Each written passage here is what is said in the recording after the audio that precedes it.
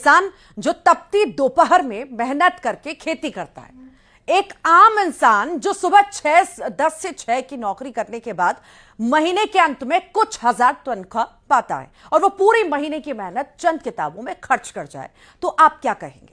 हर किसी की आंखों में सपना सिर्फ एक होता है कि वो अपने जिगर के टुकड़े को पढ़ लिखकर अफसर बनाएगा और एक दिन देश का नाम रोशन करेगा। उसी नाम को रोशन करने में एक पिता अपनी आंखों की रोशनी को खो देता है, क्योंकि एक किताब की कीमत मजदूर की मजदूरी से ज्यादा होती है। अब सवाल यह है कि आखिर कब तक ऐसा होता रहेगा?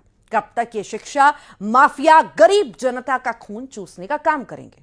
कब तक ये अपनी जेब भरने के लिए आम जनता को बलि का बकरा बनाएंगे? यह बड़ा सवाल है। मध्य प्रदेश के साथ ही पूरे देश में शिक्षा माफिया बेलगाम है।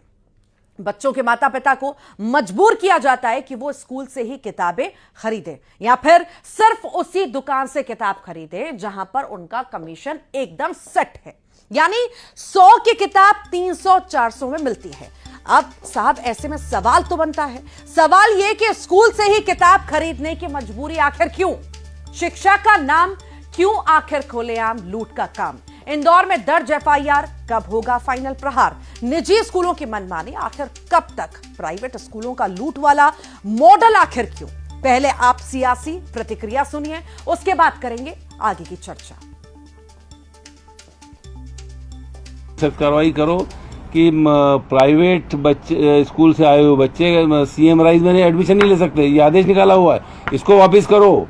ये गवर्नमेंट स्कूल में या सीएम राइज में वो प्राइवेट स्कूल से बच्चे जाते हैं जिनके पिताजी की जेब में पैसे नहीं हैं, तो वो सरकारी स्कूल में जहाँ फीस कम या नहीं लगती है उससे अपने बच्चों को और बच्चियों को पढ़ा सके। कमला नेहरू स्कूल में बच्चियों का एडमिशन नहीं हो रहा जो प्राइवेट से आए, पहले इस पे एक्शन लो जिससे बच्चे पढ़ पाएं। प्रदेश में मुख्यमंत्री डॉक्टर मोहन यादव जी लगातार शिक्षा व्यवस्था में सुधार के लिए काम कर रहे हैं। सभी स्कूलों को सख्त निर्देश है कि मनमानी तरीके से ना फीस में वृद्धि की जाए और साथ ही जो लगातार शिकायतें आती हैं कि अभिभावकों पे किताबें खरीदने के लिए, ड्रेस खरीदने के लिए एक विशेष दुकान पे दबाव बनाया जाता है, वो भी इस तरह का कोई भी स्कूल करेगा तो उसके ऊपर सख्त कार्रवाई होगी। ये भारतीय जनता पार्टी सरकार है जो प्रदेश में बच्चों के भी साथ है, अभिभावकों के भी साथ है। कोई भी स्कूल अगर मनमानी करेगा तो उनके ऊपर कार्रवाई होगी। जानकारी भी लेंगे। सहयोगी वासु चौरे भोपाल से हमारे साथ जुड़ रहे हैं। वासु, ये कोई शायद पहली दफा नहीं है या पहला साल नहीं है जब नए सेशन की, नई क्लास की शुरुआत बच्चों की हो रही है और ऐसी मनमानी स्कूल प्रबंधन के सामने आई हो। हर साल ऐसी स्थिति हम देखते हैं, चाहे वो किताबों पर हो, सिर्फ किताबों तक ये सीमित नहीं है, यूनिफॉर्म पर भी है, बाकी चीजों को लेकर के स्कूल पर भी है। आखिर ये मनमानी कब रुकेगी? सवाल वही आता है। हर बार यही कहा जाता है कि कार्रवाई हुई है, फाइन लगा दिया गया, पर फिर नया सेशन शुरू, फिर वही यहां पर कमीशन खोरी का खेल शुरू हो जाता है, प्रेशर पेरेंट्स के ऊपर शुरू हो जाता है। बिल्कुल, देखिए शिक्षा जो है वो बहुत महत्वपूर्ण एक पहलू होता है किसी भी स्टूडेंट के जीवन में, और जो पेरेंट्स होते हैं उनका भी ये पूरी कोशिश होती है कि बच्चों को वो अच्छे से अच्छी शिक्षा जो है वो मुहैया कराएं, दिलाएं। लेकिन जिस तरीके से शिक्षा का व्यापारीकरण पिछले कुछ सालों में हुआ है उसके दुष्परिणाम जो है वो सामने आने लगे हैं और स्कूल्स अक्सर ये देखा जाता है कि कमीशन के लिए, अपनी कमाई के लिए, अपने मुनाफे के लिए कुछ दुकानदारों के साथ टाई अप कर लेते हैं, फिर चाहे वो कॉपी किताब के लिए हो, चाहे फिर वो यूनिफॉर्म्स के लिए हो, या फिर स्कूल से संबंधित जो आवश्यक चीजें होती हैं उनके लिए हो, और दबाव पेरेंट्स पर बनाया जाता है कि इसी दुकान से जाकर आपको सामान लेना है, क्योंकि साफ बात होती है कि स्कूल का कमीशन जो है वो तय होता है।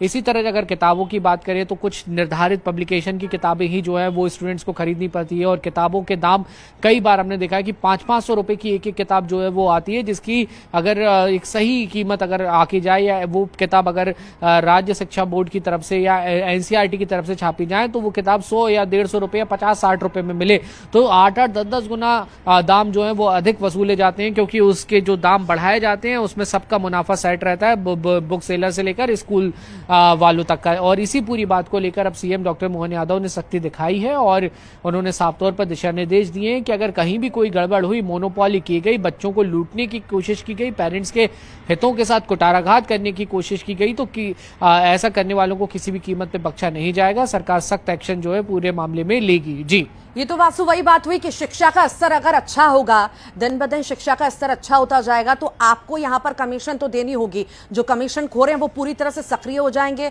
अलग अलग स्कूलों में, बड़े स्कूलों में। अब तो छोटे स्कूलों की भी अगर हम बात करें जहां पर कम फीस लगती है, फीस में भी वृद्धि अपने मन मुताबिक कर देते हैं, यूनिफॉर्म पे कमीशन लेना शुरू कर देते हैं, किताबों पर इनकी मनमानी चलती है। जब अगर पेरेंट्स 1, 2, 4 उनसे तो कमीशन ले लेते हैं, कोई मुखर होकर सामने आता है, कोई नहीं भी आता, और मजबूरन पैसे देने पड़ते हैं उनको, वही एक स्तर बढ़ेगा तो कमीशन भी बड़ी होगी।